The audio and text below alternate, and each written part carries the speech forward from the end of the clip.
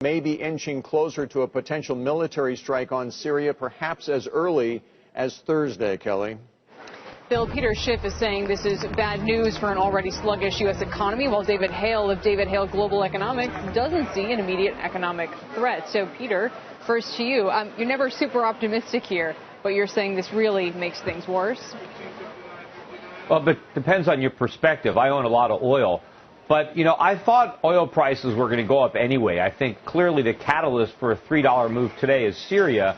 But if it wasn't Syria, it would have been something else. Oil prices are going a lot higher than $109 a barrel, and it is a big negative for the U.S. economy. And what's happening right now in Syria is just one more weight on a weakened economy, and we can't bear the weights that we have, let alone the additional weights that are being placed upon us. David, why don't you think higher oil prices would hurt our economy right now?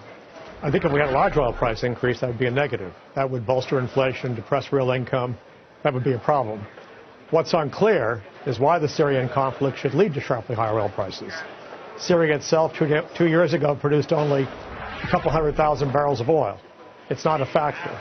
The real danger posed by Syria is it lies in a region where a lot of oil was produced.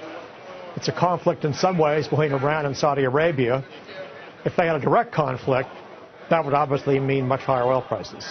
You said you'd be concerned if it got much higher. How much higher before you start to get sweaty palms about the economy? $20 a barrel, $25 a barrel. And you think we're going that higher, Peter? Well, I think ultimately, we're going to move to $110 to $125 a barrel relatively soon, maybe in the next few months, maybe sooner if something does break out. But I think over the next few years, oil is going to take out the $150 a barrel high that we put in prior to the 2008 financial crisis, and we're closer to $200 a barrel. But it's not because of Syria. It's because of Ben Bernanke and whoever his successor may be, because of Abe in Japan, because of all the central banks around the world that are just printing too much money. It's quantitative easing. It's inflation that is causing oil prices to rise, not the other way around. And I think, when the Fed gets a good look at what's happening with oil prices, what's happening with stock prices going down now, real estate prices now turning south, corporate earnings going down, I think the employment picture is going to darken. I think this is another reason for the Fed not to taper, which ultimately might be what saves the market from a bigger decline, is going to be all the new inflation and the fact that the tapering talk is put back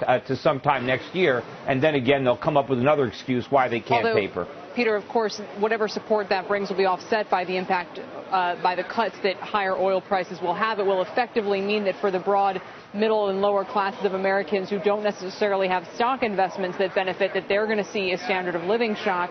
I just want to ask, if what you're saying about oil prices heading to $250 a barrel is right, why, if anything, does the market keep telling us that it sees prices lower the further out we look into these contracts?